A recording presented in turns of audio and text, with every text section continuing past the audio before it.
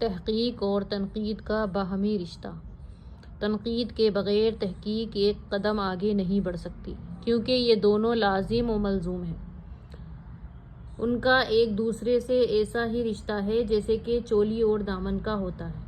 خاص طور سے ادبیات میں جب کسی بات کی تحقیق کی جاتی ہے تو تنقید کے سہارے آگے بڑھتی ہے، اور یہی وجہ ہے کہ محقق کے اندر تنقیدی شعور لازمی طور پر پایا جاتا ہے، اور اس کے بغیر وہ تحقیق کا حق ادا بھی نہیں کر سکتا۔ ہر ایک قدم کے بعد محقق اپنی تحقیق پر تنقیدی نگاہ ڈالتا ہے، جس کے بغیر وہ تحقیق کو ایک قدم آگے نہیں بڑھا سکتا۔ سابقہ محققین کی کاوشوں میں جب کوئی محقق اضافہ کرتا ہے تو وہ تنقید ہی کے سہارے گزشتہ تحقیقات کو پیش کرتا ہے، اور پھر تنقید ہی کے سہارے اپنی تحقیقات رکھتا ہے۔ گویا تحقیق و تنقید دونوں ایک دوسرے کے بغیر اپنی اصل صورت میں مکمل ہی نہیں ہو سکتے۔